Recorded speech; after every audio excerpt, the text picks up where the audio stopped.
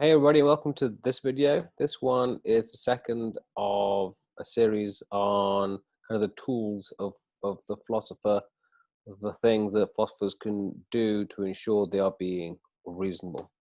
And we're looking at, in this video, necessary and sufficient conditions.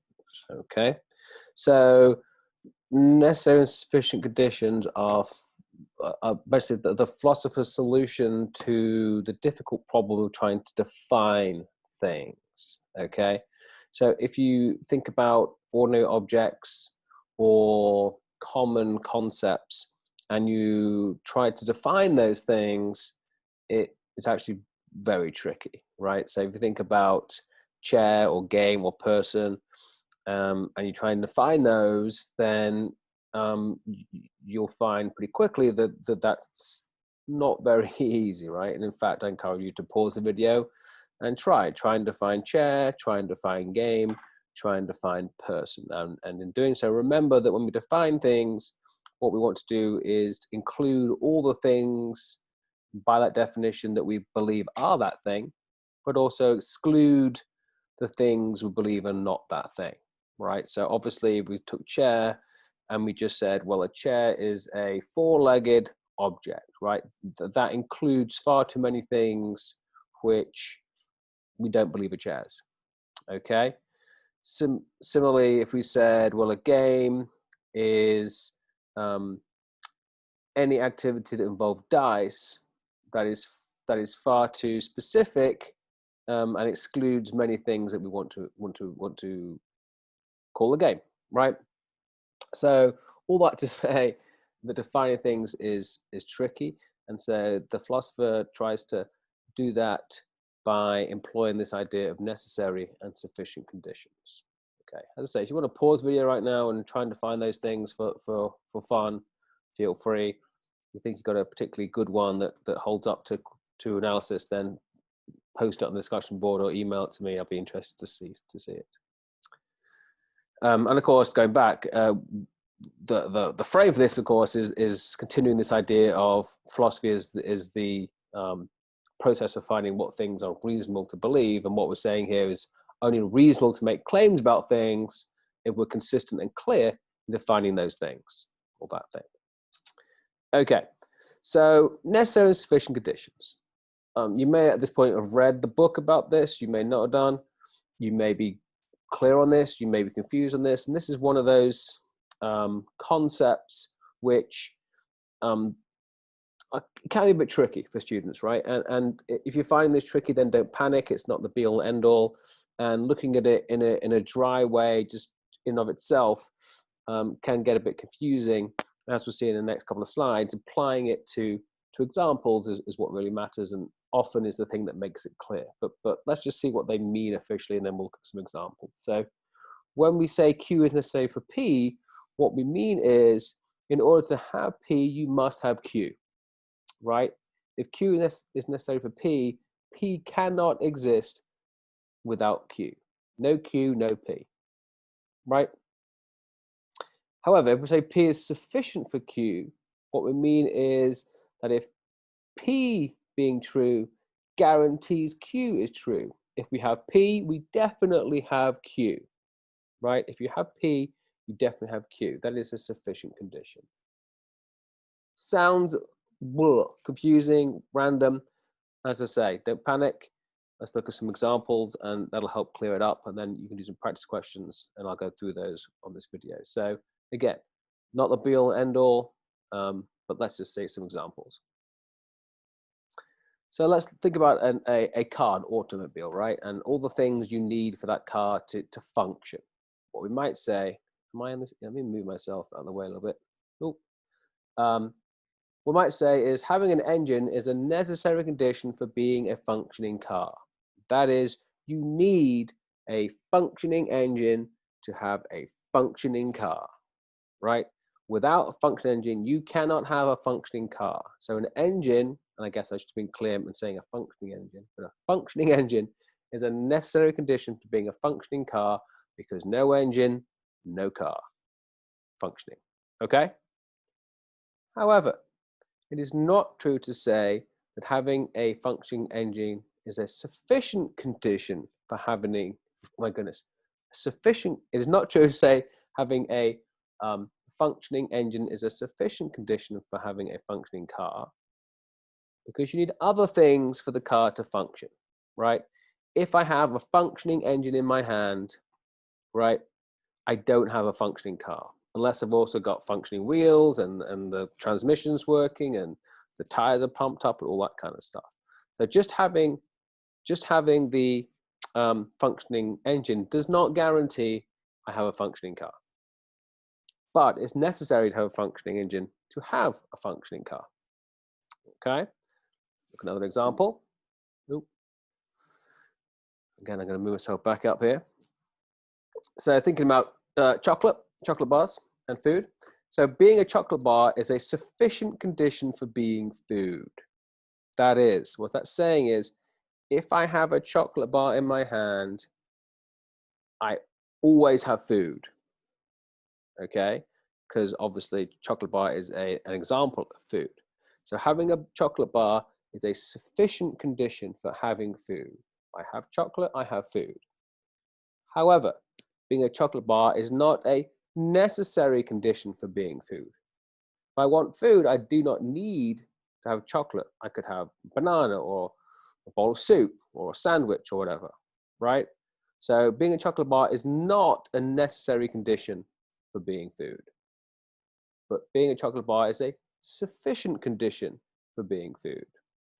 Okay? Okay, let's think about one together here.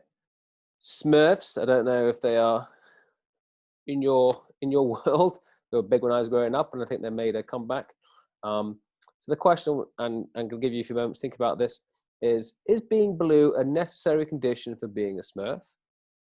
And also, is being blue sufficient condition for being a Smurf? Okay, just think. What do you think? Let's start with the first one. Is being blue a necessary condition for being a Smurf? What is that asking? What's asking is, do you need to be blue to be a Smurf? And the answer, I think, is yes. I'm not up on Smurf folklore or Smurf mythology, but my understanding is there's no such thing as a not blue Smurf. One of the things that makes a Smurf is the fact they are blue. So being blue is a necessary condition for being a Smurf, because there is no such thing as a non-blue Smurf. Okay? Is being blue a sufficient condition for being a Smurf? No, it's not. If it was true that being blue was a sufficient condition for being a Smurf, it would mean that every time I have a blue thing, I had a Smurf. So every blue thing I could find, or think of, in fact, would mean I have a Smurf. That's clearly not the case. When I get blueberries or a blue car, or whatever it may be, that's not a Smurf. So being blue is not a sufficient condition for being a Smurf, but it is a necessary condition for being a Smurf. Okay? Now at this point, before we get into some examples I want you to try, we might notice that often we might see things that are necessary and sufficient conditions for being something, right? And that's wonderful and very clear cut. So for example, having three sides is a necessary but also a sufficient condition for being a triangle. Okay, it's both necessary and sufficient. All right, let's look at the example. So again, what you do is pause the video and then work through these for as long as you need. And then in doing that, you can rewatch the video up to this point. You can read your book. And when you feel like you've had a good go at them, unpause and we'll go through them together. Okay. This first set, what I want you to do is very straightforward, 1 through 5. Read the claim, the statement, and decide whether that is a true or false statement. Okay, so example number 1, having whiskers is a sufficient condition for being a cat. Do you think that is true or false? And of course, think why that's the case. The last 3, 1 through 3 here, fill in the blank. Okay, so just think of anything you like that you could fill in the blank there and make the statement true. So having stripes is a necessary condition for being blank. What would fill in that blank and make it a true statement?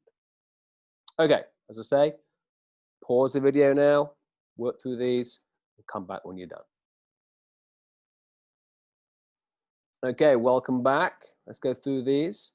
So number one, having whiskers is a sufficient condition for being a cat. True or false? I don't know why I'm pausing so long. There's no one here. It is, God, I've forgotten. Hold on. Having whiskers is sufficient for being a cat. That is true, right? No, that is false. What am I talking about? That is not true. If it was true, it would mean every time I had a whiskery thing, I'd have a cat. And of course, dogs and guinea pigs and mice all have whiskers. So number one is false. Having whiskers is not a sufficient condition for being a cat. And my mind went blank there, and I apologize. But having whiskers is it a necessary condition for being a cat? I think so, right? I'm not up on zoology, but I don't think there's any such thing as a whiskerless cat. Is that I think having whiskers is necessary, but certainly it's not sufficient. Maybe on that first one, but let's move on. Number two, getting 100% on every test and other assessments is a necessary condition for earning an A grade. True or false? False, right? It's not a necessary condition at all. Okay, you can get 95% on lots of tests and you can still get an A grade. So it's by no means necessary. Is it sufficient? I mean, yes, I would say so. Maybe you could quibble and say, well, you got to have a attendance policy or something. But generally speaking, if you ace all the tests, that's that's going to guarantee that you get the A grade. Okay, selling fries is a sufficient condition for being McDonald's. False. If it was true, it would mean that every place that sold fries would be McDonald's, and that's obviously not the case, right? Chick-fil-A and Burger King and Kentucky Fried Chicken, they all sell fries and they're not McDonald's. So it is not sufficient. Selling fries is not sufficient condition for being McDonald's. Is it a necessary condition? Is selling fries a necessary condition for McDonald's? Don't know. Interesting question. I mean, if McDonald's tomorrow said we no longer sell fries, I guess they would still be McDonald's. So it doesn't even feel like a necessary condition. But our understanding of McDonald's probably includes the notion of selling fries. But anyway, then maybe that's the point. 4, being a cupboard is a sufficient condition for being a piece of furniture. That's true. It's true because every time I have a cupboard, I definitely have a piece of furniture. Okay, a cupboard fulfills the bigger category of being furniture. Okay, so that one is true. Of course, it's not true that being cupboard is a necessary condition for being furniture because there's lots of other types of furniture out there, chairs and bookcases and things. Okay, and number 5, being Harry Potter is a necessary condition for being a wizard. False, right? There are other wizards in the world other than Harry Potter. There's others in the Harry Potter books. I forget their names. Hermione, is that one of them? And then Voldemort, whatever his name is. And of course, other mythologies have wizards too. So Lord of the Rings, Gandalf, and all that kind of stuff, right? So being Harry Potter is not a necessary condition for being a wizard. Is being Harry Potter a sufficient condition for being a wizard? Yes, it is. If I have Harry Potter, I don't know why I hold like that, but if I have Harry Potter, I definitely have a wizard. So it's sufficient.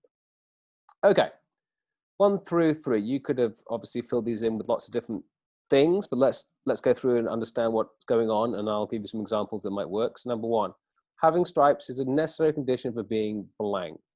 So to answer this, you have to think about something that to be that thing had to have stripes, right? So another example might be a tiger or a zebra, right? Or a zebra, as you all say. That is, there's no such thing as a stripeless zebra, okay? Even albino zebras are stripy. So having stripes is a necessary condition for being a zebra, okay? Maybe other things would be, I can't think of any, crosswalk or something, I don't know. Other stripy things that are out there in the world. Number 2, blank is a sufficient condition for being a mother. It's an interesting one, right?